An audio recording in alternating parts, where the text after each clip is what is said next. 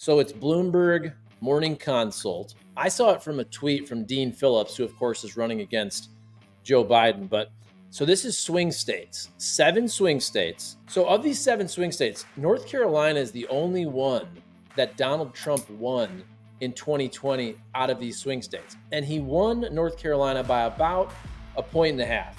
Well, in this latest polling, he's up 10 points in North Carolina. So that's an 8.5 point jump basically.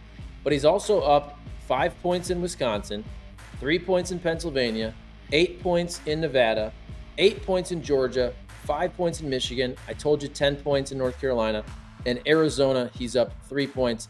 Joe Biden is leading in none of these swing states. And again, important to note that Joe Biden won 6 out of the 7 of those in 2020. And if you do quick math, Trump could get to 270 electoral college with just 3 of those. Easily 4. Now 3, he'd have to have the right ones.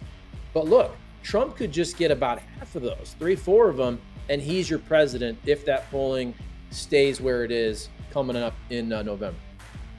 Yeah, and when these swing state polls have come out, and we don't get them often because, you know, usually it's primaries or it's general election, but when they've come out in recent months, they've been similar. And it shows you where the race stands right now, which in national polling, I think the average is Trump around +2 right now.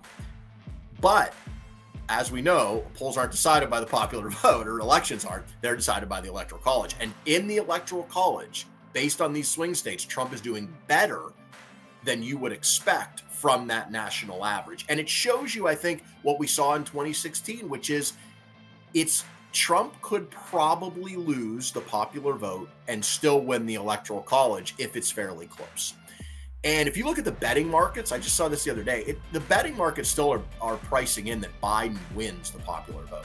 But Trump is favored right now in the betting markets to win the Electoral College. And that's exactly what happened in 2016. And it almost happened in 2020.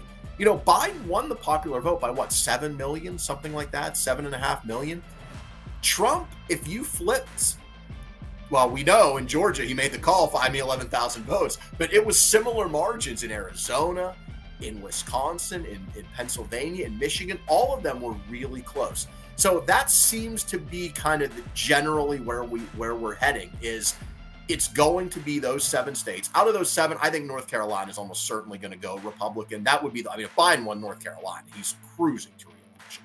But really, if you look at it, Arizona and Georgia, traditionally Republican states, Republicans usually win them, had long streaks of winning both of them in presidential elections. Biden snapped that narrowly in 2020. Those would be the 2 I could see flipping back to Trump most easily. If they do, I think my quick electoral map in my head is he'd still be short.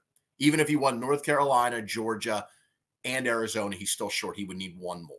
And he would need either Wisconsin, Michigan, or Pennsylvania.